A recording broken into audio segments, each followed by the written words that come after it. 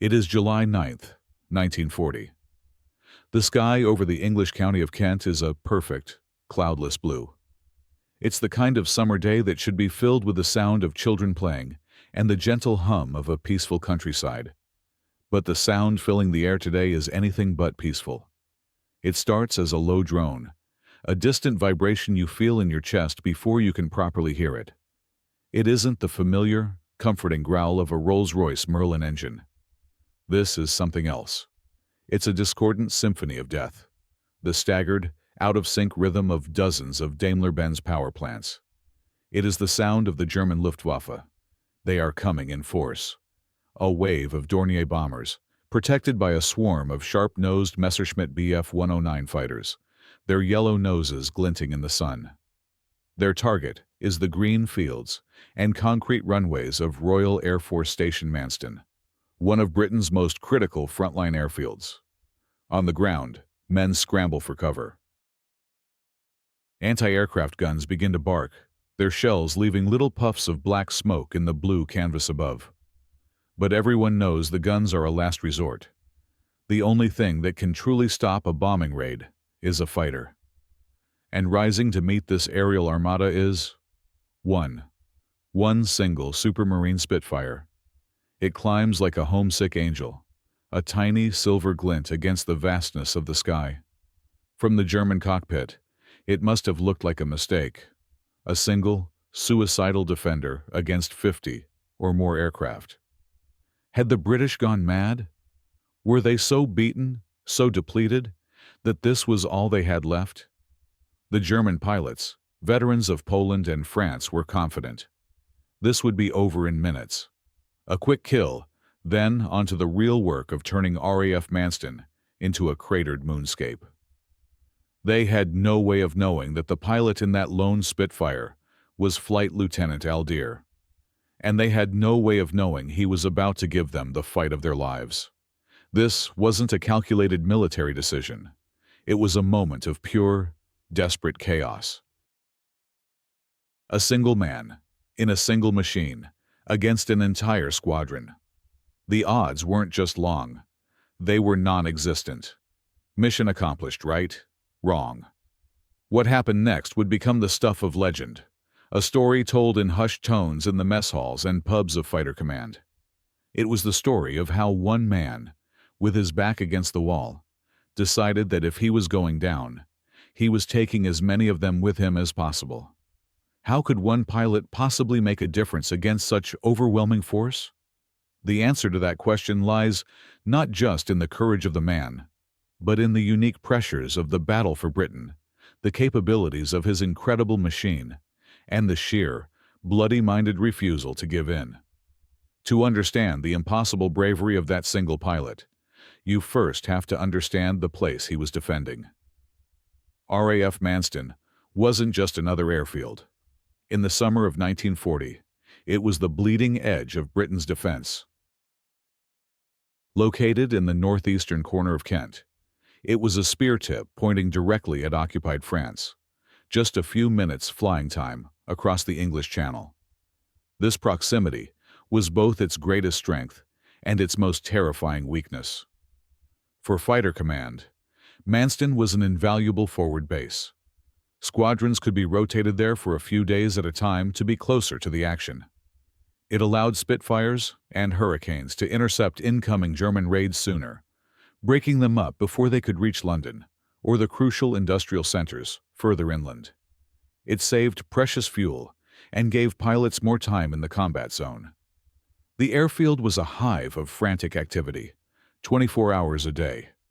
The air was thick with the smell of high-octane aviation fuel, hot oil, and cordite from the gun testing pits. The constant roar of Merlin engines was the soundtrack to life and to death. Ground crews, often working in darkness with little more than moonlight to guide them, performed miracles. They patched up bullet holes, rearmed machine guns, and refueled aircraft in a matter of minutes. These men, the unsung heroes of the battle, knew that every second they saved could mean the difference between life and death for the pilots they served. But for the Luftwaffe, Manston was target number one. It was a thorn in their side, a constant threat to their operations. For Hermann Göring, the ambitious head of the German Air Force, airfields like Manston had to be wiped off the map. His strategy, known as Adlertag, or Eagle Day, was simple. Smash fighter command on the ground, destroy their planes, crater their runways, demolish their hangars, and break their morale. If the RAF couldn't get its planes in the air, the Battle of Britain would be over before it truly began, and the path would be clear for a full-scale invasion of the British Isles. So, the attacks came, day after day. Sometimes it was high-level bombing by Dorniers and Heinkels, their bomb bays filled with 500-pound explosives designed to tear up the runways. Other times, it was low-level strafing runs by Messerschmitt fighters, their machine guns and cannons spitting fire at anything that moved.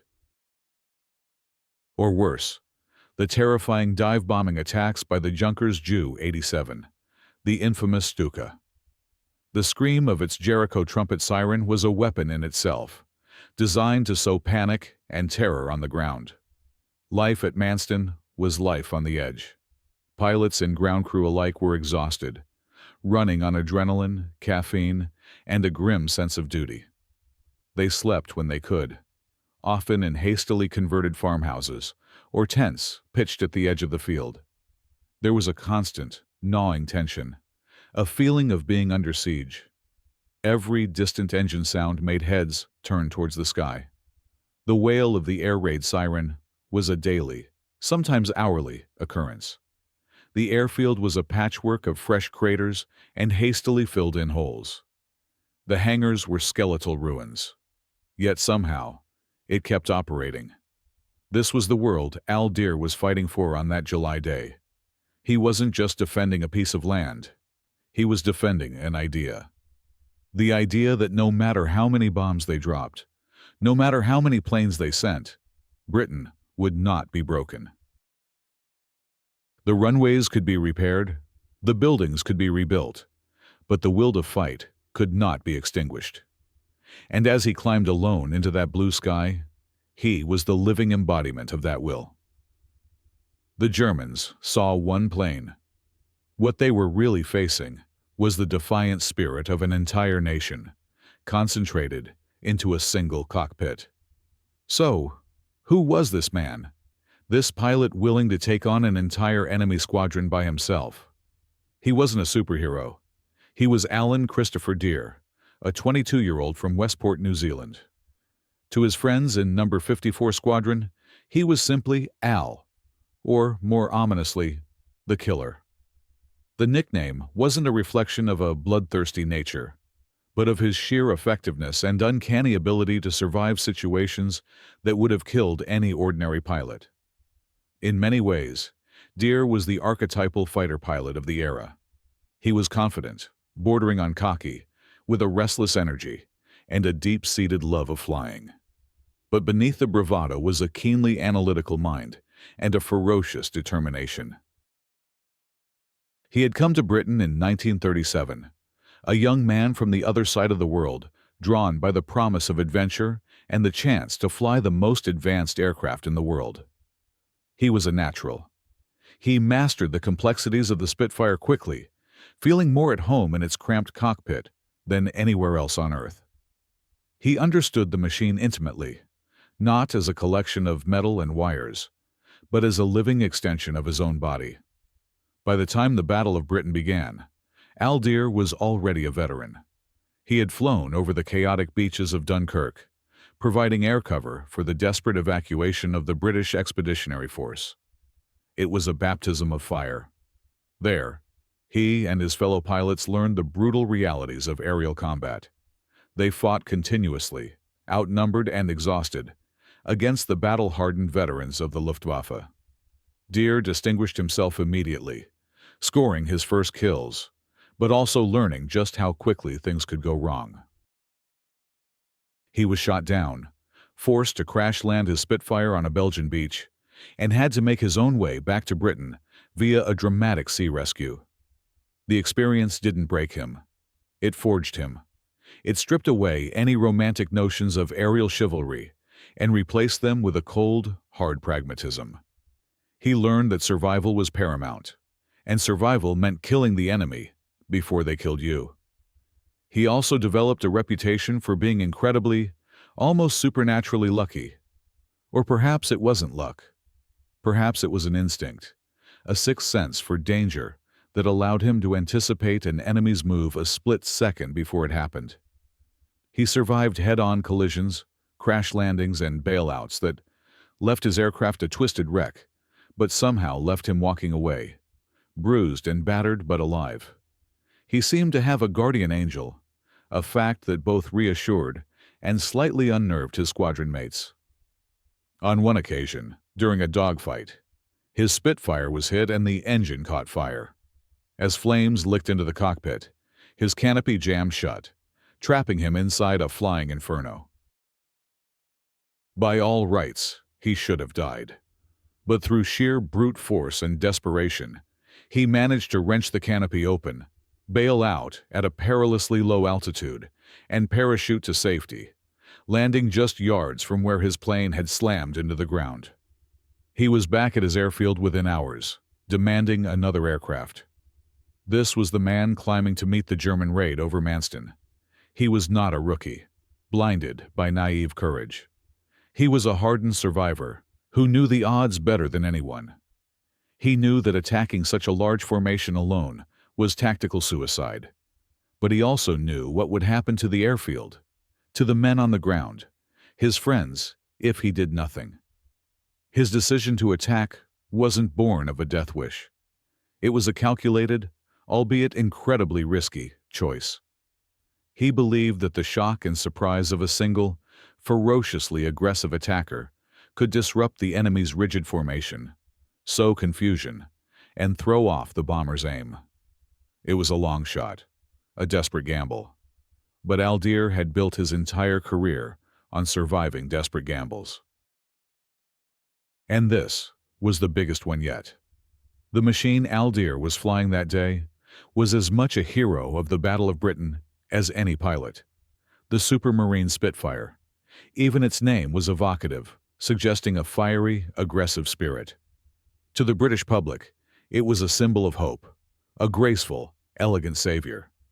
To the pilots who flew it, it was a masterpiece of engineering, a thoroughbred fighting machine that could be both a forgiving friend and a deadly weapon.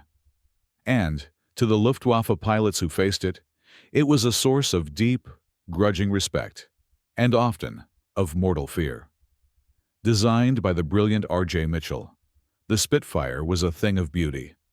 Its most distinctive feature was its sleek, elliptical wings. This design wasn't just for aesthetics. It was a stroke of aerodynamic genius. The shape provided immense lift while creating very little drag, which allowed the Spitfire to turn tighter and climb faster than almost any other fighter in the world. In a turning dogfight, a Spitfire in the hands of a skilled pilot was almost unbeatable. A German Bf 109 pilot who tried to outturn a Spitfire was making a fatal mistake. The Spitfire would simply pivot inside his turn, and a few seconds later, its 8 machine guns would be tearing his aircraft apart. Powering this incredible airframe was the legendary Rolls-Royce Merlin engine. In the early Mark I Spitfires of 1940, the Merlin III produced just over 1,000 horsepower. It gave the aircraft a top speed of around 360 miles per hour and a rate of climb that could get it to 20,000 feet in under 10 minutes. The sound of a Merlin at full throttle was unforgettable, a deep, guttural roar that was music to the ears of the British people. It was the sound of defiance, the sound of their protectors clawing their way into the sky. The Spitfire's armament was another key to its success. It carried 8 .303-inch Browning machine guns, 4 in each wing. This might sound less impressive than the cannons carried by its German counterparts, but the sheer volume of fire was devastating. A pilot had about 15 seconds of firing time. In a 2-second burst, a Spitfire could hurl over 300 bullets at a target, creating a shotgun-like pattern of destruction that could shred control surfaces, puncture fuel tanks, and kill a pilot. The guns were harmonized, meaning their streams of fire were calibrated to converge at a specific distance, usually around 250 yards. A pilot who could get his enemy into that sweet spot could inflict catastrophic damage in an instant. However, the Spitfire was not perfect. It had its weaknesses. The early models used a carburetor-based fuel system. If a pilot pushed the stick forward to enter a dive, the negative G-force would cause the engine to flood and cut out for a terrifying second or two. German pilots, whose Bf-109s had fuel-injected engines, quickly learned to exploit this.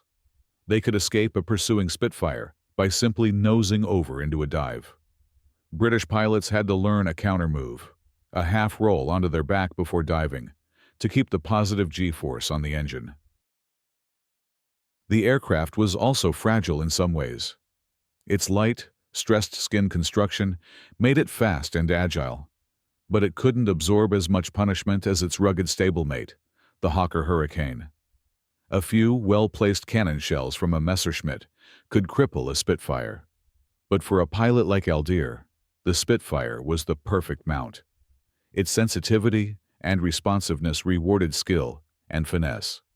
Its speed and climbing ability allowed him to choose when and where to fight, and its turning performance was his get-out-of-jail-free card in a tight spot.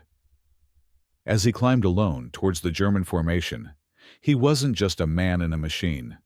He and his Spitfire were a single, integrated weapon system, a combination of human courage and mechanical perfection. They were about to prove that one such weapon, wielded with enough skill and aggression, could be worth 100.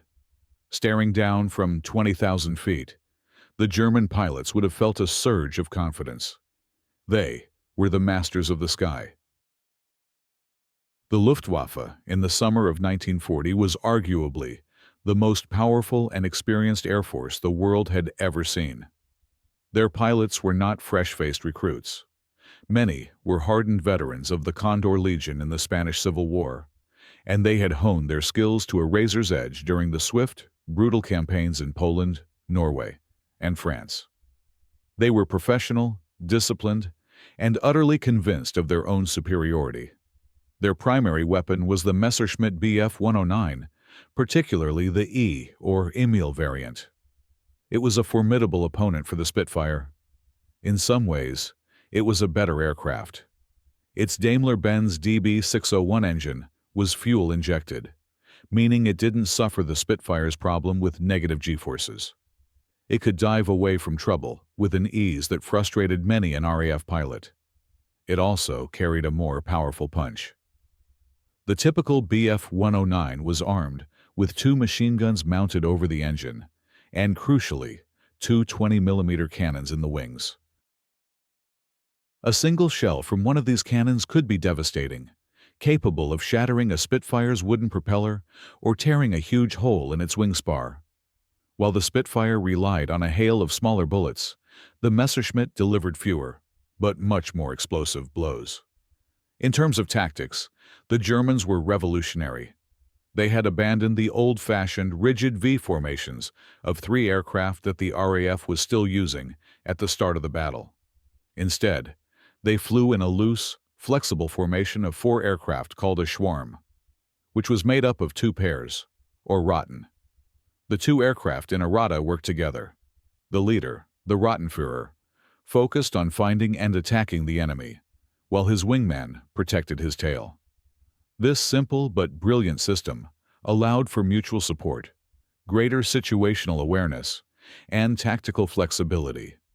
It was far superior to the British formations, and the RAF would be forced to adopt a similar system as the battle wore on. The men flying these machines were a mix of characters.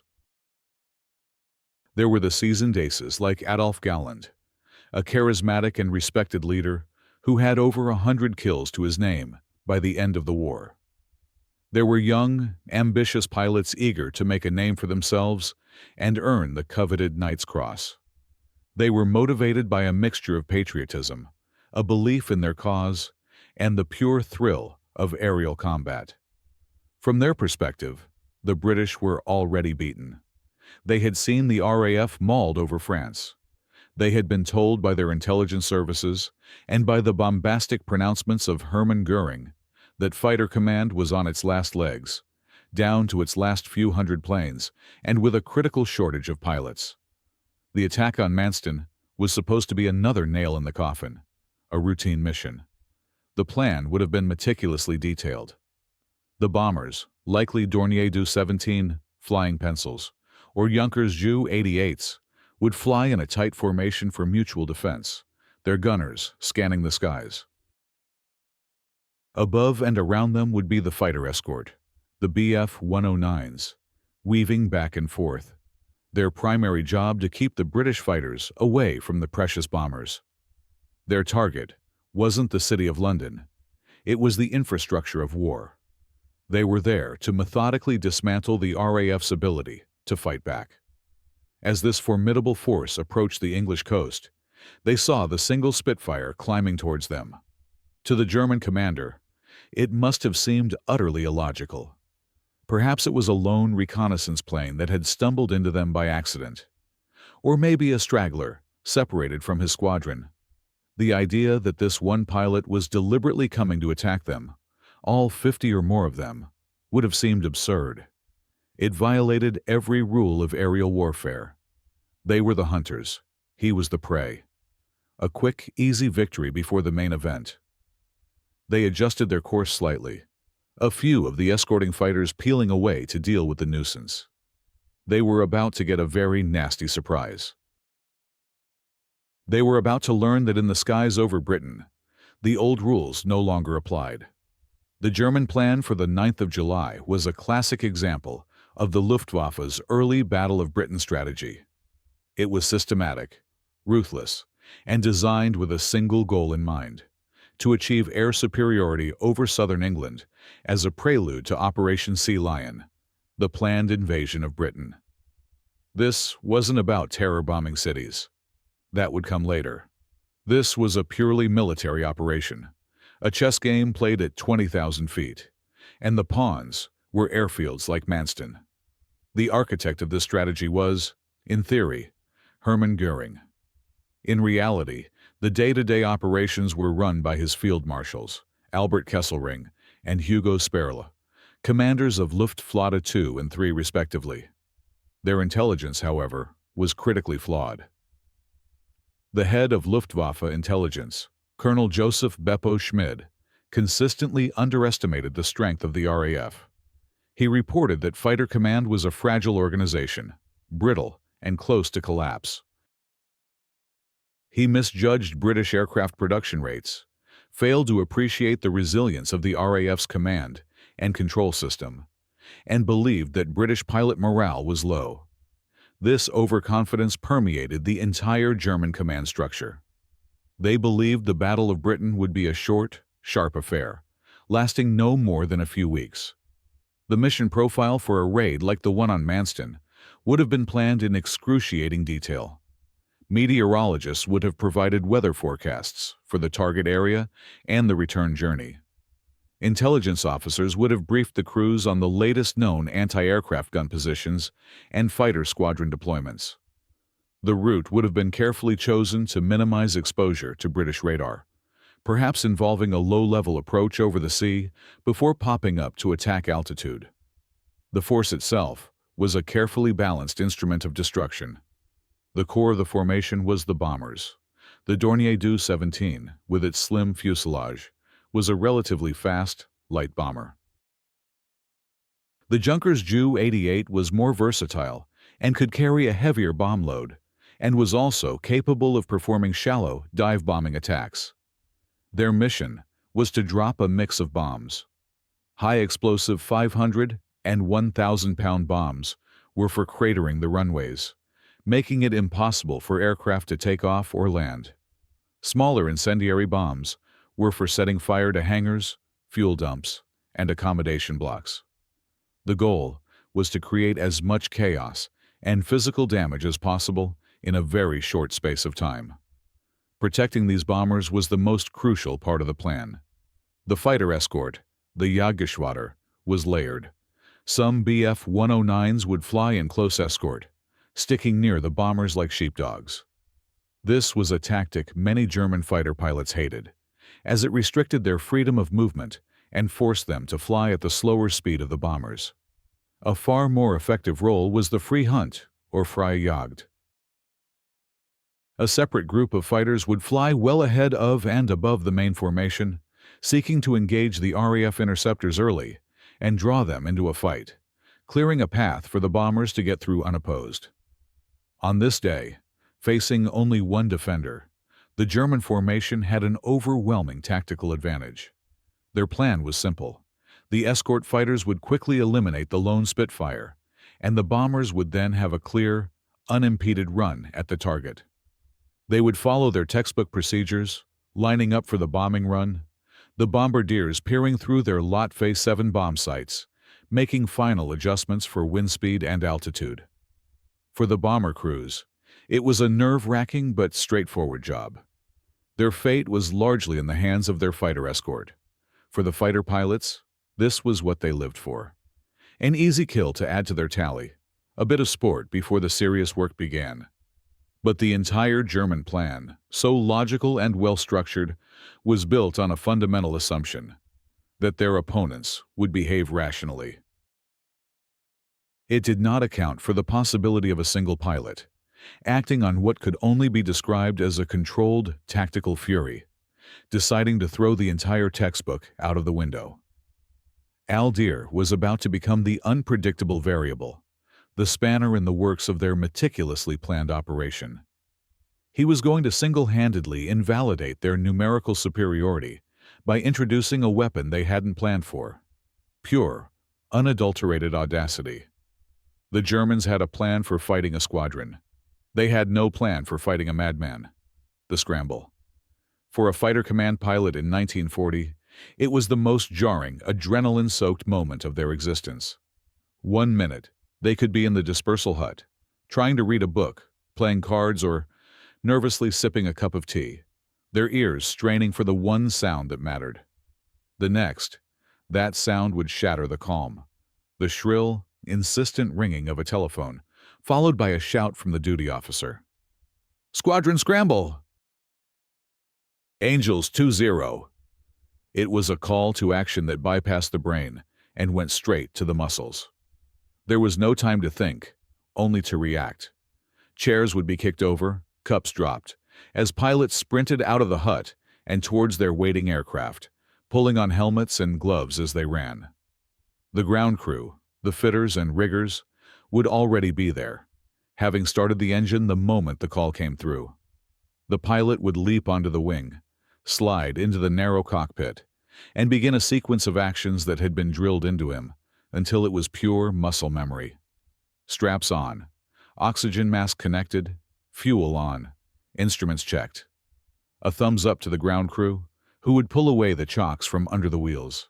Then, with a roar of its Merlin engine, the Spitfire or Hurricane would lurch forward, bumping across the grass towards the runway. The goal was to get from a state of rest to being airborne and climbing to combat altitude in the absolute minimum amount of time. 4 or 5 minutes was considered excellent. But on this July day at Manston, the situation was different. The German raid was already overhead. There was no time for a full squadron scramble. The bombs were about to fall.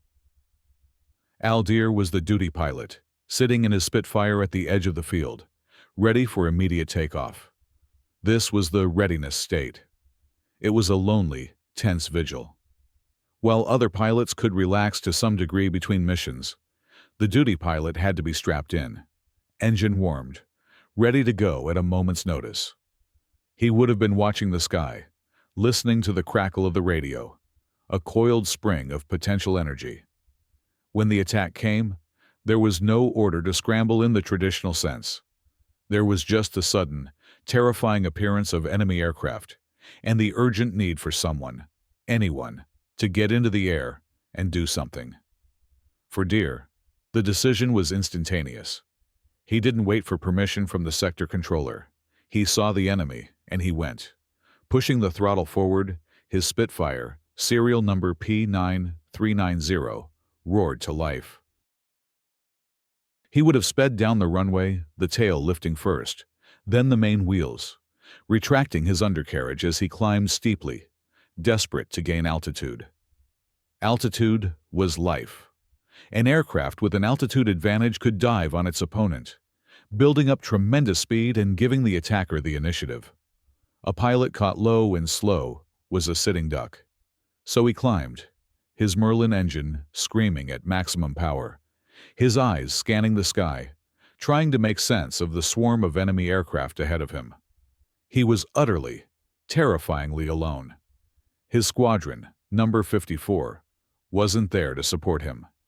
They may have been scrambled from another base further inland, like Hornchurch, and were still on their way. Or perhaps they were refueling and rearming after a previous engagement. Whatever the reason, as he clawed his way into the sky over Kent, Deere knew that there would be no wingman to watch his back. No friendly voices on the radio calling out warnings. It was just him. This sense of isolation is hard to overstate. Fighter combat was a team sport. Pilots relied on their squadron mates to cover them, to spot enemies sneaking up on their tail, to coordinate attacks. To go into battle alone against such odds was to voluntarily enter a death trap. Every instinct would have been screaming at him to turn back, to run, to wait for reinforcements. But Deere's combat experience had taught him something else. He knew that the most vulnerable moment for a bomber formation was on its final approach to the target. They had to fly straight and level to ensure accurate bombing. If he could hit them now, before they released their deadly payload, he might be able to disrupt the entire attack. It was a fleeting window of opportunity. Waiting for help meant letting the bombs fall on his home, on his friends. And so he pushed on, a lone shark swimming towards a school of predators, his mind racing, calculating angles and speeds, his thumb hovering over the gun button on his control stick. The fight was on. The moment of truth. Deere's Spitfire crested 10,000 feet, the Merlin engine pulling him relentlessly higher. And then he saw them clearly for the first time. It wasn't just an abstract group of dots in the sky anymore. It was a vast, multi-layered formation of German aircraft, filling his windscreen. The sight would have been enough to make the blood of even the most seasoned pilot run cold. It was a moving fortress of black crosses and yellow noses. At the heart of it were the bombers, the Dornier 17s, flying in their disciplined, tight-packed Ketten of 3. Below them, above them, and to the sides were the escorts, the deadly Bf-109s, weaving and patrolling, their eyes peeled for any sign of the RAF. The sheer scale of it was breathtaking. 50, maybe 60 enemy aircraft, and one Spitfire. What goes through a pilot's mind at a moment like that? Not abstract thoughts of patriotism or glory. Combat focuses the mind with brutal clarity. There would have been a surge of pure, primal adrenaline, making his heart hammer against his ribs. There would have been fear, a cold knot in the pit of his stomach. But overriding everything else would have been a state of hyper-awareness, a tunnel vision where the only things that existed were his aircraft, the enemy, and the patch of sky they occupied. Every dial on his instrument panel, the feel of the control stick in his hand, the sound of his own breathing through the oxygen mask, all of it would have been magnified. He had to process 1,000 pieces of information at once: the bomber's course and speed, the position of the fighter escort, the angle of the sun, always a critical factor. Attacking out of the sun could blind your opponent, giving you a precious few seconds of surprise. This was the moment where training, instinct, and raw courage merged. Deere knew the textbook told him this was an impossible fight. The textbook told him to wait for reinforcements, to shadow the enemy from a safe distance, and report their position. But the textbook wasn't written for a situation where bombs were about to rain down on your home base. He had to make a choice, and he had to make it in a split second. His decision was audacious. He decided to ignore the fighters. This was a calculated risk. A head-on fight with the nimble Bf-109s would be a swirling, chaotic dogfight that would achieve nothing. He could maybe shoot one down, but while he was occupied, the bombers would get through unscathed. His target had to be the bombers. They were the reason the Germans were here. If he could break up their formation, make them panic, force them to drop their bombs wide, then his suicidal mission would have been a success, even if he didn't survive it. He pushed the throttle to the firewall, nudged the stick forward, and began his attack run. He would have picked a single bomber on the edge of the formation, a lone wolf attacking the weakest member of the herd. He dived, the Spitfire gathering immense speed, the whine of the wind over the canopy rising to a shriek. The German formation was still flying as if on parade, confident in their numbers. They hadn't spotted him yet, or if they had, they hadn't registered him as an immediate, singular threat. Those few seconds of surprise were all he had. As the range closed, 400 yards, 300, 250, the German bomber grew larger and larger in his gun sight. He could probably see the rear gunner in his glass cocoon, frantically traversing his machine gun. Deere's thumb squeezed the gun button. The Spitfire shuddered as all 8 Browning machine guns opened up at once. The opening move of Deere's attack was a masterclass in aggression and tactical calculation. It was a lightning-fast strike born of desperation and a deep understanding of the enemy's psychology. He knew he had one chance, one pass, before the entire hornet's nest descended upon him. He had to make it count. His target was not the escorting fighters. That would have been folly. Engaging the Bf-109s would have been like a single wolf trying to fight the entire pack of sheepdogs. The goal wasn't to win a dogfight. It was to stop the bombing run. His focus was solely on the bombers, the heart of the enemy formation. He selected a Dornier Doe 17 on the outer edge of the bomber stream. Diving from a higher altitude, he had the advantage of speed and surprise. The Spitfire, a much smaller and nimbler aircraft than the twin-engine bomber, would have been difficult to spot against the backdrop of the sun-drenched English countryside. For the German bomber crew, the first sign of trouble would have been the sudden, terrifying sight of a Spitfire hurtling towards them, its wings sparkling as its 8 machine guns spat fire. Deere would have followed his training to the letter. He aimed not at the center of the aircraft, but slightly ahead of it, a technique known as deflection shooting. He had to lead his target, just as a duck hunter leads a flying bird. His hail of .303 bullets, converging at 250 yards, slammed into the Dornier. The effect would have been instantaneous and catastrophic. The thin metal skin of the German bomber would have been shredded as if by a giant can opener. Bullets would have torn through the fuselage, punctured the self-sealing fuel tanks, and ripped into one of the engines. For the crew inside, it would have been a moment of deafening chaos. The sound of hundreds of bullets hitting their aircraft would have been like a hailstorm on a tin roof, punctuated by the sharp crack of exploding shells from the rear gunner's own weapon. Deere would have seen the immediate results of his attack. A stream of white glycol coolant, or perhaps darker oil, would have started pouring from the bomber's starboard engine. Then, the telltale wisp of black smoke, quickly thickening into a greasy, dark plume. He had mortally wounded it. The bomber, its engine failing, would have begun to falter, breaking formation and starting a slow, agonizing descent. But Deere couldn't linger to watch his victory. He had mere seconds before the fighter escort reacted. As soon as he fired, he broke away, using the speed from his dive to pull up and away, making himself as difficult a target as possible. His first pass had achieved 2 critical things. First, he had taken one bomber out of the fight. More importantly, he had sown the first seeds of chaos. The rigid, disciplined German formation was now broken. The other bomber crews, having witnessed the sudden, violent destruction of their comrade, would have been gripped by a sudden sense of vulnerability. Their fighter escort, which they had trusted to protect them, had failed. They were no longer on a simple bombing run. They were in a fight for their lives. And for the Bf-109 pilots, it was a moment of shock and anger. A single British fighter had slipped through their screen and drawn first blood. It was an embarrassment. Now, the hunt was on.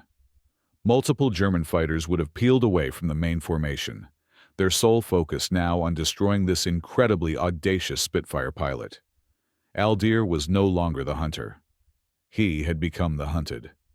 The sky, which moments before had been an empty arena, was about to transform into a claustrophobic cage, with him on the inside and a dozen hungry predators closing in. The moment Deere broke away from his attack on the bomber, the sky exploded into a maelstrom of violence. The Bf-109 escort pilots, stung into action by the attack on their charge, reacted with predictable fury. The radio channels would have crackled with angry German voices, call signs and warnings as several fighters dove down to intercept the lone Spitfire. This is where the true test began. It was no longer about a single, calculated pass. It was now a swirling, three-dimensional melee, a dogfight in its purest, most terrifying form. The air became a confusing web of contrails and tracer fire. Deere was now fighting for his life, and the odds were impossible. A single Spitfire against what was likely an entire staffel of 8 to 12 Messerschmitts. The German pilots would have tried to use their superior numbers to their advantage. They would have attempted to bracket him, with one fighter attacking from the front to fix his attention, while another slipped onto his tail for the kill. A pilot's greatest fear was the attack he didn't see coming. Your 6 o'clock position, directly behind you, was your fatal blind spot. Deere would have been wrenching his Spitfire into impossibly tight turns, the G-forces pressing him down into his seat, making his body feel 5 or 6 times its normal weight. The blood would have drained from his head, causing his vision to narrow and gray out, a condition pilots called graying out. Pushing the turn any tighter would lead to a blackout, a complete loss of vision, and likely consciousness. His head would have been on a constant swivel, scanning every inch of the sky, his neck muscles straining. He had to keep track of multiple enemies at once, predicting their movements, anticipating their attacks. He would have been using every ounce of his skill and every advantage his Spitfire gave him. He knew he couldn't outdive a 109, so he wouldn't let them get above him. He knew he could outturn them, so he would have been pulling his plane into vicious turns, trying to force an enemy pilot who was on his tail to overshoot, to fly past him, momentarily turning the defender into the attacker. The sound inside the cockpit would have been deafening. The constant, deafening roar of the Merlin engine just a few feet in front of him, the high-pitched whine of the supercharger, the unnerving rattle and bang of his own machine guns firing in short, desperate bursts. Then, there would be the other, more terrifying sounds. The sharp crack of enemy cannon shells flying past his canopy, and the sickening thud of bullets striking his own aircraft. Each impact would have sent a shudder through the airframe, a brutal reminder of his own fragility. This was not the clean, chivalrous duel often portrayed in movies. It was a messy, brutal, and utterly exhausting business. Sweat would have been pouring down Deere's face, stinging his eyes, his hands slick on the control stick. His entire body would have ached from the strain of the G-forces. And through it all, his mind had to remain cold, clear, and focused. One mistake, one moment of hesitation, 1 second of lost concentration, and it would all be over. He would have been watching his ammunition counter, knowing he only had a few seconds of firing time left. Every burst had to be precise. No spraying and praying. He was fighting a defensive battle, trying to survive long enough for the impossible to happen. Perhaps his squadron would arrive. Perhaps the Germans would give up and go home. Or perhaps he could inflict just enough damage, create just enough chaos, that he could still, somehow, save the airfield below. It was a fight against time, against numbers, and against the limits of human endurance. In the swirling chaos of the dogfight, amidst the desperate turns and the hail of enemy fire, Deere saw an opportunity, a fleeting chance. A Bf-109, its pilot perhaps a little too eager for a kill, had misjudged his attack run. He had closed in too fast and, in trying to get his guns on target, had flown directly into Deere's sights. It was a moment of pure instinct. There was no time for conscious thought. Deere reacted, his thumb pressing the gun button on his control stick. The Spitfire vibrated as its 8 Browning machine guns unleashed a torrent of lead. For just over a second, a stream of tracer rounds, glowing indicators mixed in with the standard bullets, reached out across the sky and connected with the German fighter. The effect was devastating. The cone of fire, concentrated at the perfect range, tore into the Messerschmitt's fuselage and wing root. Deere would have seen the impacts, little flashes and puffs of debris coming off the enemy aircraft. He might have seen his bullets shatter the enemy pilot's canopy. Then came the telltale sign of a fatal hit, a thick plume of black smoke. The German fighter, mortally wounded, faltered. Its nose dropped, and it began a fatalistic spiral towards the ground below. For a brief moment, a sense of triumph would have surged through Deere. He had evened the odds, just a little. He had proven that even alone, he was deadly. It was a small victory, but in the desperate calculus of survival, it was a significant one. He had just shot down one of the best fighter planes in the world, flown by a pilot from the vaunted Luftwaffe. But there was no time to celebrate. The sky was still full of enemies, and his brief moment of aggression had made him a stationary target. While he was focused on his victim, another German pilot had latched onto his tail. Suddenly, Deere's world was filled with the terrifying sound of impacts. The sharp, metallic clang of bullets hitting his own aircraft. A series of jolts ran through the Spitfire. A warning light on his instrument panel would have flashed red, indicating damage to the oil or coolant system. Perhaps a bullet had shattered part of his canopy, the sudden rush of wind and noise filling the cockpit. The hunter had become the hunted in the blink of an eye. The brief elation of the kill was instantly replaced by the cold, sharp reality of his own mortality. He was hit. How badly, he didn't know yet. But he knew his aircraft was wounded, and he was still surrounded. The dogfight wasn't over. It had just entered a new, more desperate phase. He had drawn blood, but in doing so, he had enraged the rest of the pack. Now they would be even more determined to bring him down. He had to act, and act fast, using his damaged aircraft to escape a situation that was rapidly spiraling out of control. The small victory had come at a terrible price, and the bill was now coming due. His lonely battle was far from over, and his chances of survival had just gotten significantly slimmer. While the life or death struggle was unfolding at 20,000 feet, a different kind of drama was playing out on the ground. For the men of RAF Manston, the mechanics, armorers, refuelers, and administrative staff, the battle was not a distant, abstract event. It was happening directly over their heads. They were unwilling spectators with front-row seats to their own potential destruction. When the air raid sirens first wailed, those not essential to the immediate defense would have scrambled for the relative safety of slit trenches and air raid shelters. These were often little more than zigzagging ditches dug into the earth, offering protection from bomb splinters and strafing fire, but not from a direct hit.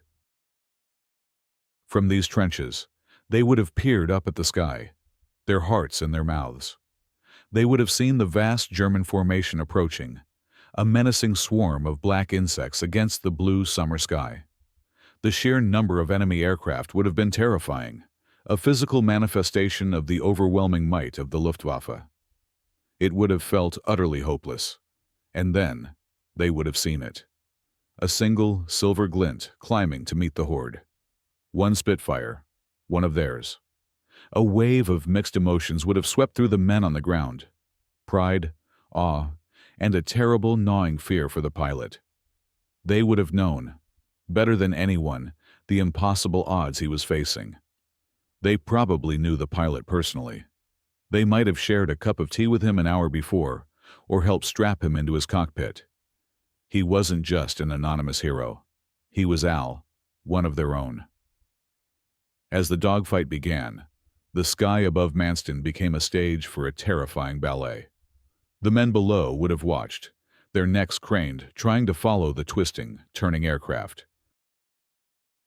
They would have seen the pencil-thin lines of tracer fire zipping across the sky, heard the distant rattle of machine guns, a sound like tearing canvas carried on the wind. They could distinguish the deep, throaty roar of the Spitfire's Merlin engine from the higher-pitched, slightly ragged sound of the Messerschmitt's Daimler-Benz engines. Every time the Spitfire successfully evaded an attacker or got on the tail of a German plane, a cheer might have gone up from the trenches. Every time a burst of enemy fire seemed to find its mark, a collective gasp of fear. They were powerless to help. Their fate, the fate of their airfield, rested entirely on the shoulders of that one man in the sky. The anti-aircraft gunners, the ACAC crews, were the only ones who could participate. Their 3.7-inch guns would have been firing relentlessly, filling the air with the deafening crash of their reports and dotting the sky with puffs of black smoke from the exploding flak shells. They were trying to break up the bomber formations, to make the pilots' lives as difficult as possible, but their chances of a direct hit were slim. Their primary role was to create a deterrent, a curtain of fire that the enemy had to fly through. When they saw Deere's Spitfire get a kill and the Bf-109 trail smoke and spiral downwards, a huge, ragged cheer would have erupted from the ground. It was a moment of pure, unadulterated triumph. One of ours had gotten one of theirs. It was a small victory in a huge battle, but it was a massive boost to morale. It was proof that they were not helpless, that the enemy was not invincible. They were witnessing a legend being born in real time, a story they would tell for the rest of their lives. The story of the day one man in one Spitfire took on the whole German Air Force and decided to fight back. The triumphant moment of shooting down a Bf-109 was brutally short-lived. Almost immediately, Al Deere paid the price. Another German fighter, perfectly positioned, had latched onto his tail and opened fire. The Spitfire shuddered violently as a burst of cannon shells and machine gun bullets slammed into it. The sound from inside the cockpit was terrifying. Not just the thud of impacts, but the high-pitched shriek of tearing metal. One 20mm cannon shell may have exploded in the wing, blowing a ragged hole in the smooth aluminum skin. Another could have hit the fuselage just behind the cockpit. Shrapnel would have ricocheted around inside the aircraft's structure. Deere would have felt the plane lurch, a sudden, sickening loss of control. His control stick would have gone sloppy in his hand as a rudder or aileron cable was severed. Warning lights on his instrument panel, which had been a comforting green just moments before, would now be flashing a frantic red. Oil pressure dropping, coolant temperature soaring. The Merlin engine, the heart of his aircraft, was bleeding to death. A sweet, acrid smell of burning glycol coolant would have started to fill the cockpit, a sure sign that the engine's cooling system had been breached. This was followed by the one thing every pilot dreaded more than anything else: smoke. Not the clean white vapor of a coolant leak, but thick, oily black smoke, seeping through the firewall from the engine bay. The plane was on fire. He was now flying a time bomb. A Merlin engine fire was notoriously difficult to survive. It could quickly burn through the control lines running from the cockpit to the tail, rendering the aircraft completely uncontrollable. Worse, it could reach the main fuel tank located just in front of the pilot, which would result in a catastrophic explosion. Deere was in a desperate situation. His aircraft was crippled, he was still surrounded by enemy fighters, and now he was on fire. Survival instinct took over. The primary objective was no longer to fight, but to escape. He would have thrown the Spitfire into a violent, evasive maneuver, perhaps a split S or a corkscrewing dive, anything to shake the pursuer off his tail and present a difficult target. He was bleeding altitude, trading height for speed, trying to get away from the hornet's nest above. The Germans, seeing him trail smoke and lose height, would have been merciless. They would have followed him down, eager to confirm the kill. A smoking, crippled aircraft was an easy target, a final notch on their victory tallies for the day. For Deere, these were moments of pure, distilled terror and frantic activity. He would have been fighting the controls of his dying aircraft, wrestling to keep it stable while simultaneously preparing to bail out. He would have been reaching for the canopy release handle, making sure his parachute harness was secure, all while twisting and turning to evade the final, fatal burst of fire from his pursuers. He was wounded, his plane was dying, and he was still a long way from the relative safety of the ground. The battle had turned from a heroic defense into a desperate struggle for personal survival. The question was no longer whether he could save his airfield, but whether he could save himself. Deere was now in an impossible position. His Spitfire was crippled and on fire. He was out of ammunition, or his guns were damaged and inoperable. He was still in the middle of a sky full of enemy fighters. The logical, sane course of action would have been to bail out, get clear of the burning aircraft, and hope the parachute delivered him safely to the ground. But Deere was not thinking logically. He was thinking defiantly. He was not done fighting. He looked at the German bomber formation.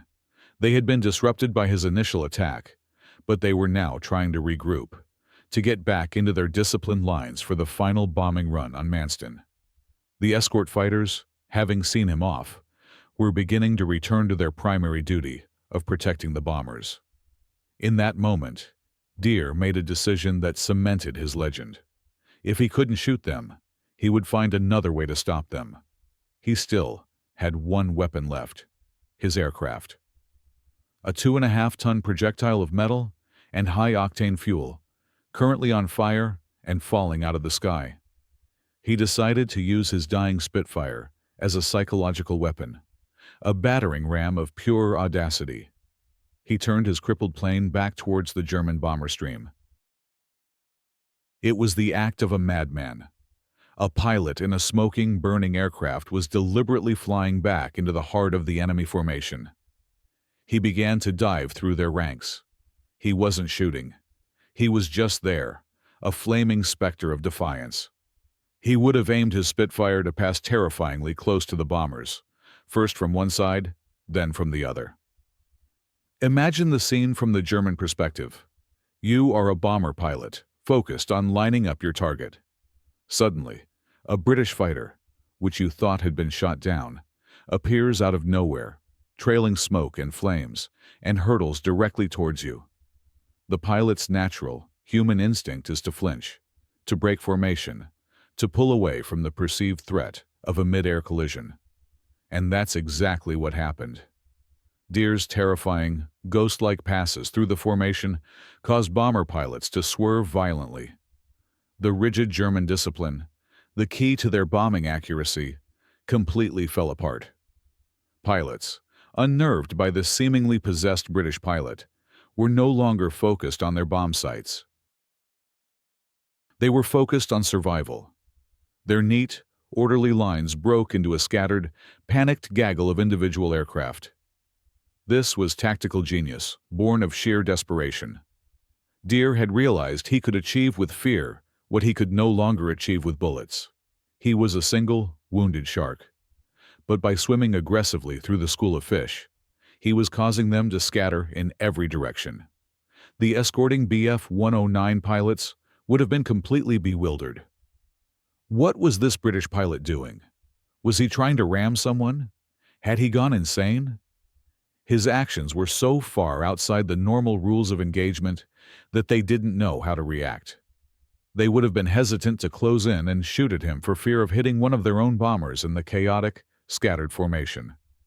For a few crucial minutes, Deere, alone, weaponless, and flying a burning wreck, held the entire German attack force in a state of confused paralysis through sheer, unadulterated nerve. From the cockpits of the German aircraft, the situation had descended from a routine mission into utter chaos. And the source of that chaos was the single, smoking Spitfire that refused to die. The German pilots, products of a rigid, disciplined military system, were trained to fight according to a specific set of rules and tactical doctrines. They understood formations, coordinated attacks, and the grim arithmetic of air combat. What they did not understand, and had no training for, was how to deal with an opponent who seemingly had a death wish. When Deere turned his crippled Spitfire back towards the bombers, it created a wave of confusion and disbelief. The bomber crews, who thought the threat had been neutralized, were suddenly confronted with a flaming enemy fighter playing a game of chicken with them. Their primary concern shifted from dropping their bombs accurately to simply not colliding with this madman. The tight formations, essential for both defense and bombing accuracy, disintegrated. For the fighter pilots in the Bf-109 escort, the situation was equally baffling. Their job was to protect the bombers. But how could they do that when the threat was a single, unpredictable aircraft weaving in and out of the very formation they were supposed to be guarding? Firing at the Spitfire was now incredibly risky. A stray cannon shell could easily hit one of their own Dorniers. The German flight leaders would have been screaming into their radios, trying to restore order, but it was impossible. Deere was a phantom, appearing first in one place, then another. His actions created a tactical dilemma. Was he a decoy? Was this some kind of trap? Was a larger British force hiding in the sun, waiting for the German fighters to be drawn down into this confusing melee? A single pilot's irrational bravery was having a disproportionate strategic effect. The Germans possessed overwhelming numerical superiority, but they had lost control of the tactical situation. They had lost the initiative. Fear and uncertainty had replaced their earlier confidence. Some bomber crews, their nerve broken, would have decided the risk was too great.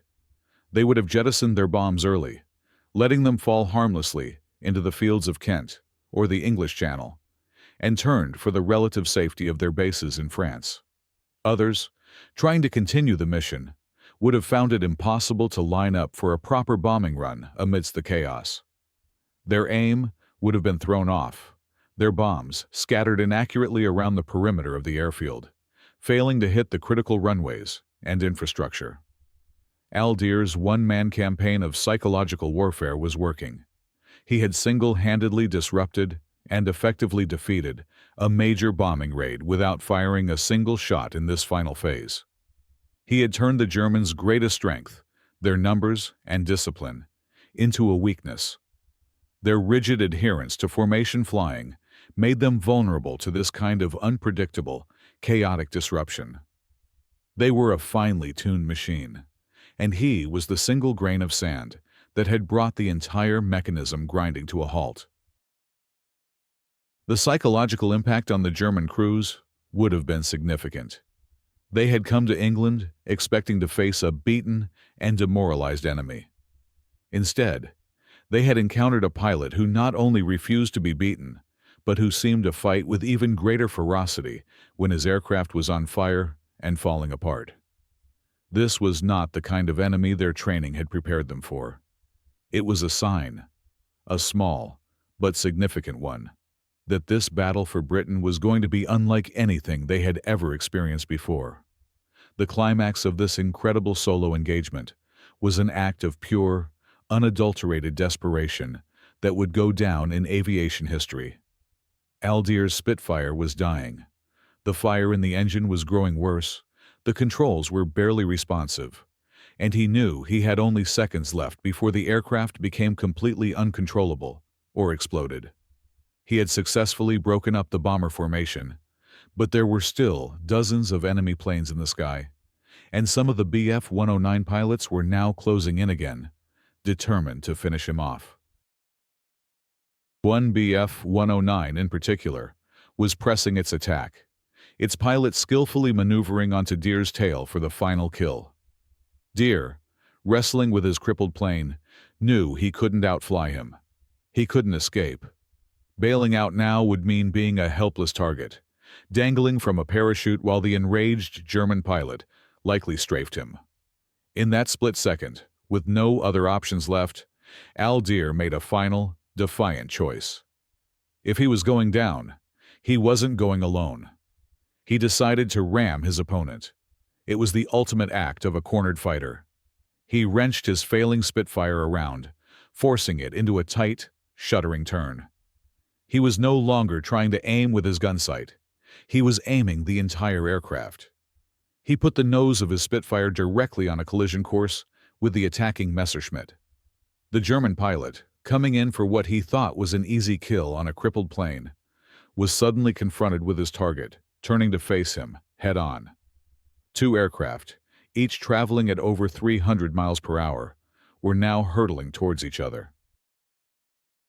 The closing speed was immense, over 600 miles per hour, a combined speed of nearly 1,000 feet per second. The space between them vanished in an instant. It is a moment that defies easy description.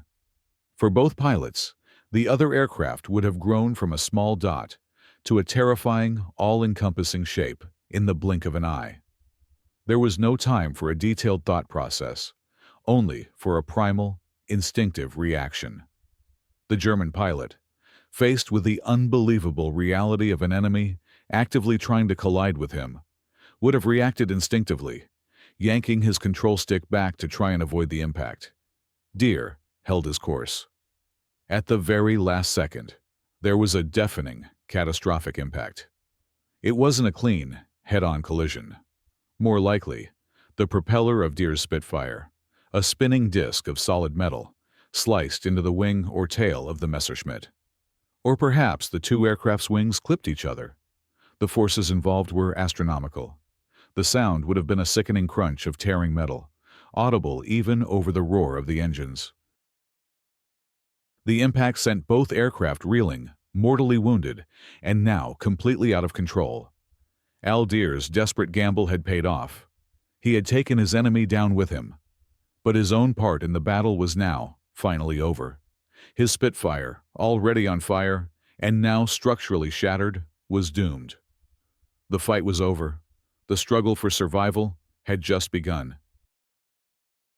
The mid-air collision was a moment of pure, violent chaos. Deere's Spitfire, already a wreck, was torn apart by the impact. The force of the crash would have been immense, throwing him violently against his straps. The aircraft would have immediately gone into an uncontrollable tumble, spinning wildly as it fell from the sky. For Deere, inside the cockpit, it would have been a disorienting, terrifying nightmare. The sky and ground would have been a blur, spinning around him. The noise would have been a deafening combination of the screaming wind, the groaning of tortured metal, and the roar of the engine fire. He knew he had seconds, at most, to get out. His first priority was to jettison the canopy. He would have pulled the release lever, and with luck, the perspex bubble would have been ripped away by the slipstream. If it had been damaged and jammed, he would have had to use all his strength to force it open. Then came the most difficult part, getting out of the spinning aircraft. He had to unlatch his harness and somehow propel himself out of the cockpit and away from the tumbling wreckage, especially the tailplane, which could kill a bailing pilot instantly. The G-forces of the spin would have been pinning him to his seat, making every movement a monumental effort. Somehow, he did it. He managed to scramble out of the cockpit and into the violent rush of the open air. He was falling. The chaos of the cockpit was replaced by the sudden, shocking silence of freefall. The only sound the roar of the wind past his ears. He would have waited for a few seconds to get clear of the debris of both his and the German's aircraft before pulling the ripcord on his parachute. The jolt, as the parachute deployed and filled with air, would have been a brutal but welcome shock. Suddenly, The violent descent was arrested. He was dangling, swinging gently under a canopy of white silk. The battle was over for him. Below, he would have seen his Spitfire, now a blazing torch, continue its final, fatal plunge, hitting the ground in a ball of fire and black smoke. He might have also seen the wreckage of the Bf-109 he had collided with falling elsewhere. The sky around him was emptying. The German formation, its attack completely broken, was now streaming back towards the French coast, leaving behind the smoke trails of the downed aircraft as a testament to the chaotic fight. Deere floated down towards the green fields of Kent. He had survived. He was alive. He would have checked himself for injuries. Bruised, battered, certainly suffering from shock, but seemingly in one piece. As he neared the ground, he would have been preparing for landing, trying to spill air from his chute to control his descent, aiming for a clear field and avoiding trees or buildings. He landed in a field, the parachute collapsing around him. He was back on English soil. He had taken on an entire squadron, shot down 2 enemy aircraft, scattered a bombing raid, and survived a mid-air collision and a bailout from a burning plane. It was all in a day's work for a pilot in fighter command. He had done his job. He had saved his airfield. With Deere descending under his parachute, the battle in the sky above Manston was effectively over. The German raid was a complete failure. The bombers that hadn't been damaged had jettisoned their loads haphazardly across the countryside, their primary target. The airfield's runways and hangars, left largely unscathed. The remaining aircraft, both bombers and fighters, had lost all semblance of formation and discipline. Their only thought now was to get home. The flight back to their bases in France would have been a tense and somber affair. They had set out that morning with overwhelming numbers and confidence, expecting an easy victory. They were returning battered, having lost at least 2 aircraft. The bomber Deere shot down on his first pass, and the fighter he collided with, and possibly more to anti-aircraft fire or other damage. The psychological damage was perhaps even greater. They had been held off, not by a squadron, not by a wing, but by the actions of a single, unbelievably tenacious pilot. The story of the madman in the burning Spitfire would have spread rapidly through the German squadrons. It would have been a sobering, unnerving tale. It chipped away at the myth of their own invincibility and replaced it with a grudging respect for their opponents. The British pilots, they were now learning, were not the demoralized second-rate force their intelligence had promised. They were skilled, courageous, and would fight with a ferocity that bordered on suicidal. This single engagement, while small in the grand scheme of the Battle of Britain, had a ripple effect. It forced German planners to reconsider their tactics. It reinforced the need for even stronger fighter escorts, which in turn put more strain on their already stretched fighter force. Every bomber lost was a blow, but the loss of experienced crews was even more damaging. It took years to train a bomber crew. They were not easily replaced. For the British, the effect was the polar opposite. As the German raid retreated, the men on the ground at Manston emerged from their shelters. They looked at their airfield, which, by all rights, should have been a smoking ruin. Instead, it was operational. The runways were clear. A few bombs might have fallen on the perimeter, but the damage was minimal. They had been saved, and they knew exactly who had saved them. The story of Deere's solo fight became an instant legend. It was a massive injection of morale, not just for Manston, but for all of Fighter Command. It was concrete proof that one man could make a difference. It embodied the backs-to-the-wall spirit of 1940. It was a story of David versus Goliath, and David had won. The raid had failed in its primary objective, to put RAF Manston out of action. Thanks to the actions of one pilot, the airfield was still in the fight, ready to refuel and rearm the next squadron that would land there, ready to send more fighters into the sky to defend Britain. The balance sheet for the engagement was stark. The Luftwaffe had committed 50 or more aircraft, tons of high explosives, and valuable fuel, and had achieved almost nothing, while losing trained crews and expensive machines. The RAF had committed 1 aircraft and 1 pilot. They had lost the aircraft, but the pilot had survived, and the strategic objective, the defense of the airfield, had been achieved. In the brutal mathematics of a war of attrition, this was a resounding British victory. Deere landed heavily in a farmer's field, his body aching, his ears ringing from the noise of the battle. He was immediately surrounded by concerned locals and members of the Home Guard, who had watched the final, dramatic phase of the dogfight from the ground. After establishing he wasn't a German, he was treated as a hero. A flask of brandy was likely produced, and he was quickly transported back to his base. Back at the airfield, the debriefing process would have begun. This was a critical part of Fighter Command's operations. An intelligence officer would have sat down with Deere, likely while he was still buzzing with adrenaline, and painstakingly extracted every detail of the engagement. What type of enemy aircraft were they? How many? What was their formation? What altitude were they flying at? Every piece of information was a valuable part of the larger intelligence puzzle, helping the RAF build a more accurate picture of the enemy's tactics and capabilities. Deere's account must have sounded like something from a work of fiction. I engaged a formation of approximately 50 enemy aircraft. I shot down a Dornier 17. Then I was engaged by a dozen Me-109s. I shot one of them down before colliding with it. To an outside observer, it might have sounded like the wild exaggerations of a man in shock. But the intelligence officers of Fighter Command were used to extraordinary stories, and the evidence was there in the sky for all to see. The wreckage of the 2 German aircraft and his own Spitfire were dotted across the Kentish countryside. The airfield was still standing. His story, however incredible, was true.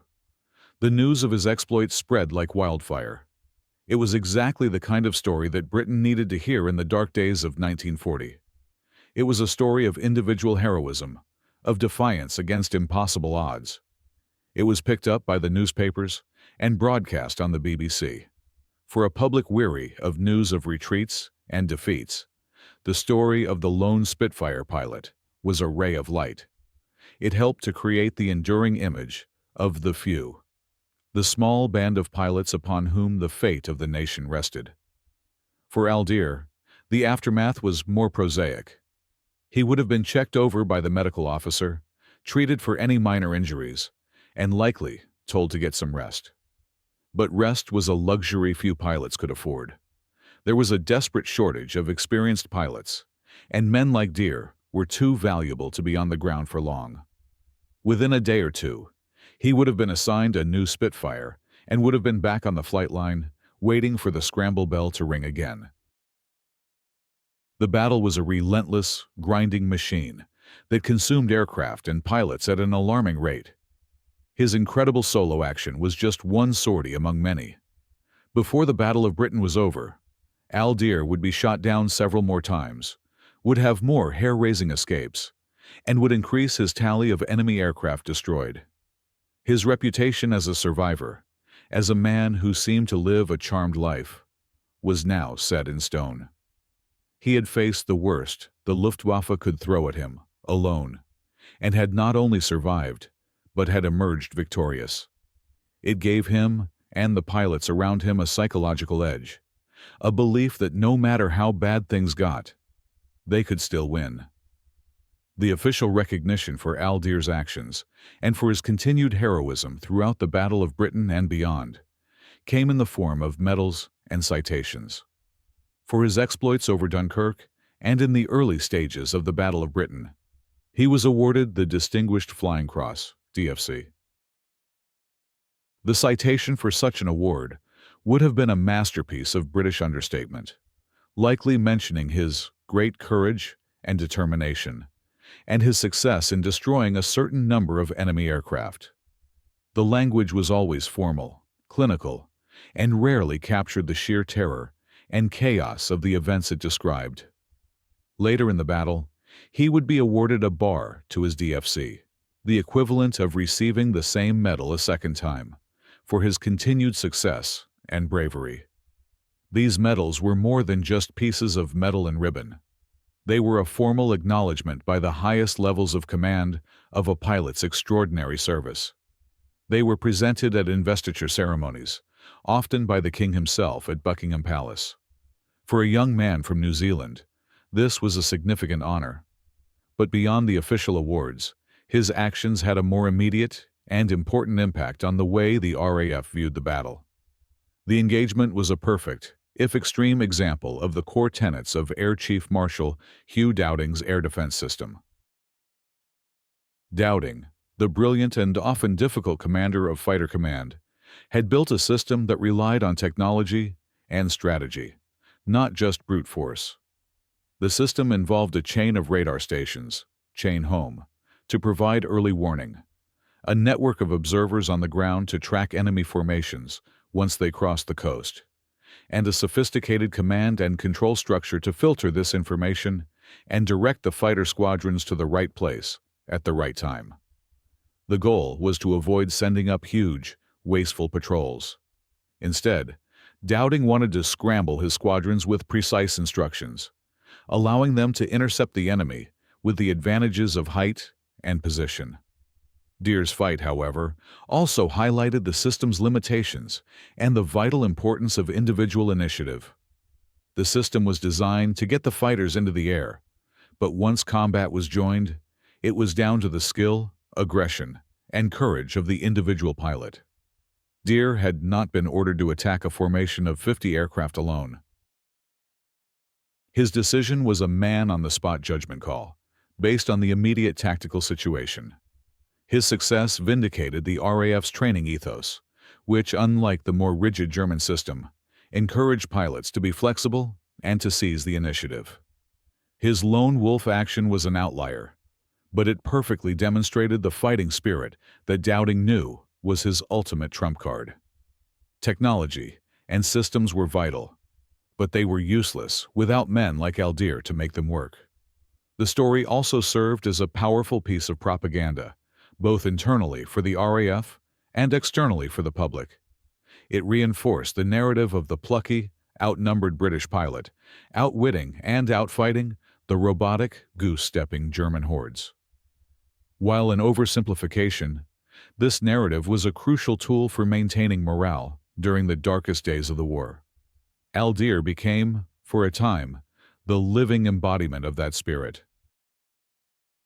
He was the proof that the seemingly invincible Luftwaffe could be beaten, not just by grand strategies, but by the sheer, bloody-minded courage of one man in one machine. The psychological impact of Deere's solo battle on July 9th was profound and rippled out far beyond the confines of a single airfield in Kent. It was an event that sent two very different messages to the opposing sides, hardening their resolve and shaping their perceptions of the conflict to come. For the Royal Air Force and the British people, the story was a potent tonic. In the summer of 1940, Britain stood alone. The rest of Europe had fallen, the United States was neutral, and the prospect of a German invasion was not a distant fear, but an imminent, terrifying reality. The national mood was a grim cocktail of defiance and anxiety. News from the front had been consistently bad. The story of Deere's stand was a desperately needed narrative of victory. It was personal, dramatic, and easily understood. It wasn't about complex strategies or industrial production figures. It was about one of their boys taking on the enemy against all odds and winning. This had a tangible effect on the morale of Fighter Command. Every pilot knew the feeling of being outnumbered. It was their daily reality.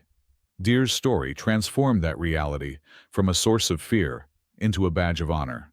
It said, "Yes, we are outnumbered, but we can still win.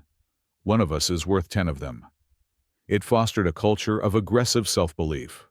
It encouraged pilots to take calculated risks, to push their aircraft and themselves to the absolute limit. It created a feedback loop of heroism. Deere's bravery inspired others to be brave, and their successes, in turn, reinforced the belief that the battle was winnable.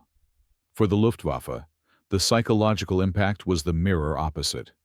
It was a small, but significant crack in their armor of self-confidence. The German war machine was built on the concept of the Blitzkrieg, a swift, overwhelming victory that shattered the enemy's will to fight. They had seen it work in Poland, in Norway, and in France. They expected it to work in Britain. They believed in their superior technology, their superior tactics, and their superior numbers. Deere's fight challenged all of those assumptions. It suggested that the British would not be easily intimidated. It showed that they were facing an enemy who did not play by the conventional rules and who possessed a seemingly irrational will to resist. The German pilots who survived the encounter would have carried the story back to their mess halls. It would have been a cautionary tale. The British Spitfire pilots were not to be underestimated. They were dangerous, unpredictable, and fanatical in the defense of their homeland. This seed of doubt was important. In a long, attritional conflict like the Battle of Britain, psychological factors could be as important as physical ones. If German pilots became more cautious, if they were more hesitant to press their attacks for fear of encountering another madman like Deere, that gave the RAF a small but crucial advantage. Hermann Göring had famously boasted that if a single enemy bomb fell on Berlin, the German people could call him Meyer. His pilots had promised him they would sweep the RAF from the skies in a matter of weeks. Encounters like the one over Manston introduced the first unwelcome hint that these promises might be harder to keep than they had imagined.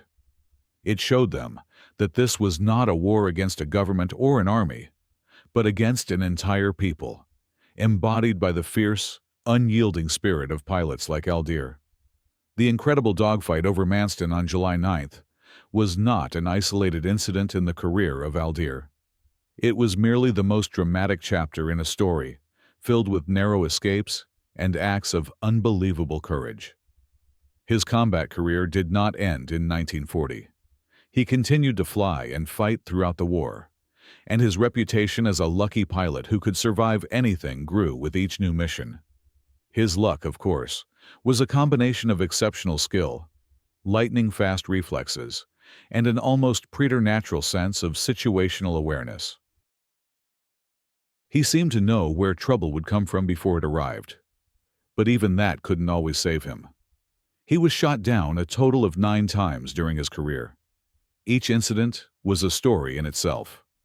After his collision over Manston, he was back in the air almost immediately. Just a few weeks later, during the intense fighting of August, his squadron was scrambled to intercept another huge raid. In the ensuing dogfight, his Spitfire was hit by a German bomber's rear gunner. With his engine failing, he was forced to crash land in a field. He walked away from the wreck. Not long after that, he was shot down again, this time by the ace German pilot Werner Mulders. He was forced to bail out, suffering minor burns, but was again back in action within days. Perhaps his most famous escape came when he was leading his squadron on an attack against German bombers over the Kent coast. During a head-on attack, a German bomber exploded directly in front of him. The explosion was so violent that it blew the propeller and engine clean off his Spitfire. He was left sitting in what was effectively a cockpit with wings, a glider falling from 20,000 feet. Without power, he had no controls. The plane fell into a flat spin. He managed to bail out, but he was so low that his parachute barely had time to open before he hit the ground, landing in a pile of rubble from a recently bombed building. He seemed to attract trouble, but he always found a way to walk away from it. This resilience made him a legend within fighter command. Newer pilots looked at him with a sense of awe.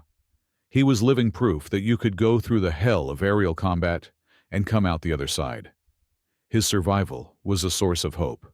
If Deere could make it, maybe they could too.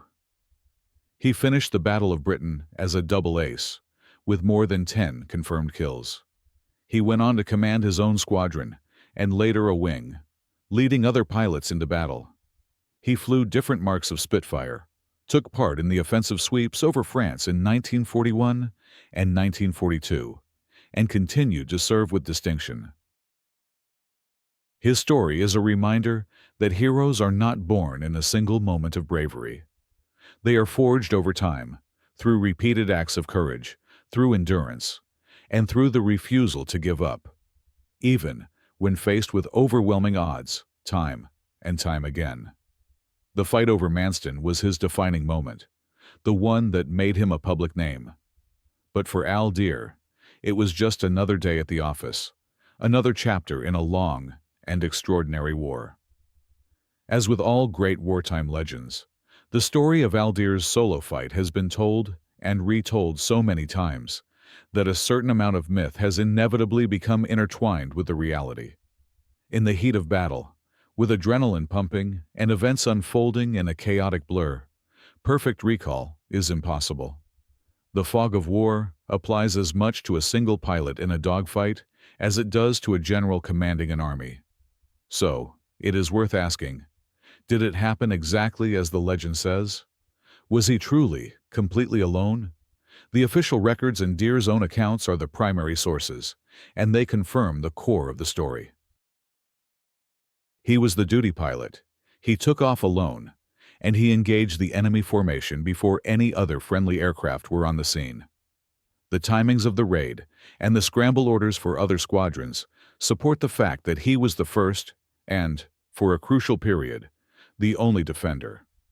However, it is possible that other aircraft from his squadron or a nearby squadron arrived towards the end of the engagement. The sky over southern England in 1940 was a very busy place. What might have felt like an eternity of solo combat to Deere could have been a matter of 5 to 10 minutes in reality. By the time of his collision and bailout, other Spitfires might well have been entering the fray, contributing to the final routing of the German formation. This doesn't diminish his bravery in the slightest. It simply places it in a more realistic tactical context. He took the fight to the enemy alone, held them off, and bore the brunt of their initial response, creating an opportunity for others to join the battle. Similarly, the exact number of enemy aircraft is always a point of contention. A pilot in combat is not calmly counting bogeys. He is making split-second estimations based on a terrifying, confusing visual picture. A formation of 30 aircraft can easily look like 50 or 60. The German records for that day's raid might provide a more accurate number, but the central point remains unchanged. He was facing a force that outnumbered him by a massive, seemingly insurmountable margin.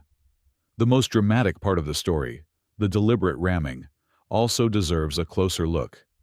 In his own memoirs, Deere described it as a last-second, unavoidable collision resulting from a head-on attack.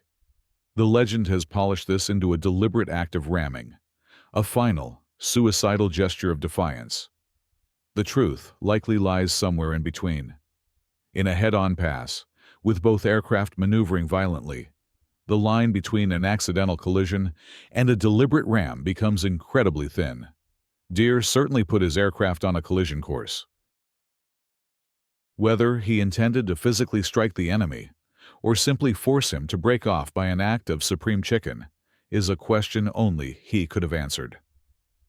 What is beyond doubt is that he chose to engage in a maneuver that he knew carried an incredibly high probability of a collision. The core truth of the story is undeniable and is what truly matters. A single pilot, through an act of extraordinary courage and aggression, took on a vastly superior force and, against all logic, won. He saved his airfield. The small details may have been polished over time by storytellers in memory, but the essence of the legend, the tale of one man's refusal to be beaten, is absolutely true. Acknowledging the nuances doesn't tarnish the legend. It makes the very real human being at its center even more remarkable. To fully appreciate the significance of Al Deere's lone stand, it must be placed within the broader context of the Battle of Britain. His action was not an isolated stunt. It was a microcosm of the entire campaign, embodying the strategy, the desperation, and the spirit that ultimately led to Britain's salvation. The battle, which raged from July to October of 1940, was a pivotal turning point in the Second World War. After the fall of France, Hitler was poised to invade Britain, but his generals knew that any seaborne invasion would be doomed to failure as long as the Royal Navy controlled the English Channel, and the Royal Navy could not be defeated as long as the Royal Air Force was able to attack German ships from the air.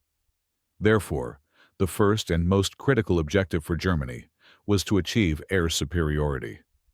They had to destroy the RAF, specifically Fighter Command. The battle was fought in several phases. The early phase in July was the Kanalkampf, or Channel Battle, where the Luftwaffe targeted British shipping convoys. This was designed to draw Fighter Command into battle and wear them down. Deere's fight on July 9th took place right at the beginning of this phase. Then, in August, the main assault began. The Luftwaffe shifted its focus to the RAF's airfields, radar stations, and command centers. This was the most critical period of the battle. Airfields like Manston, Kenley, and Biggin Hill were bombed relentlessly. The fighting was savage and attritional. The RAF was losing pilots and aircraft at an unsustainable rate. It was during this period that the pressure on men like Deere was at its most intense. They were flying multiple sorties a day, constantly exhausted, and seeing their friends and comrades fall around them. What Deere's action demonstrated so perfectly was the fundamental asymmetry of the battle. The Luftwaffe had to win. They had to destroy Fighter Command completely. The RAF, on the other hand, only had to not lose. As long as they could continue to put up a credible defense, as long as they could inflict sufficient losses on the Germans, the invasion would be postponed. Every German bomber that was shot down or forced to turn back was a strategic victory for the British. Deere's disruption of the raid on Manston was a perfect example. He didn't destroy the entire formation, but he prevented it from achieving its objective. He ensured that his airfield could continue to operate. Multiply that small victory across hundreds of similar engagements all over southern England, and you have the story of how the battle was won.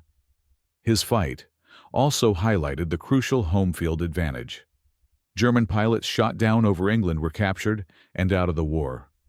British pilots like Deere, who bailed out over their own country, could be back in a new plane and fighting the next day. This created a terrible attrition imbalance that worked heavily in Britain's favor. Finally, his story is the ultimate example of what Winston Churchill meant when he spoke of the few. He was referring to the small number of fighter pilots whose courage and sacrifice stood between Britain and Nazi domination. Deere's lone Spitfire against a sky full of enemies is perhaps the most vivid and powerful image of that concept. It wasn't a battle won by vast armies, but by the individual bravery of a few thousand young men from Britain and all over the Commonwealth and Allied nations who refused to let the light go out. Why do we still tell this story, more than 80 years later? Why does the image of a lone Spitfire climbing to meet an invading horde still hold such power? The legacy of Deere's action on July 9, 1940, transcends the specific details of a single dogfight. It has become a timeless and universal story about the nature of courage, defiance, and the incredible impact one individual can have in the face of overwhelming odds. At its heart, it is a story of human spirit triumphing over brute force. The German raid was a representation of industrial, mechanized warfare.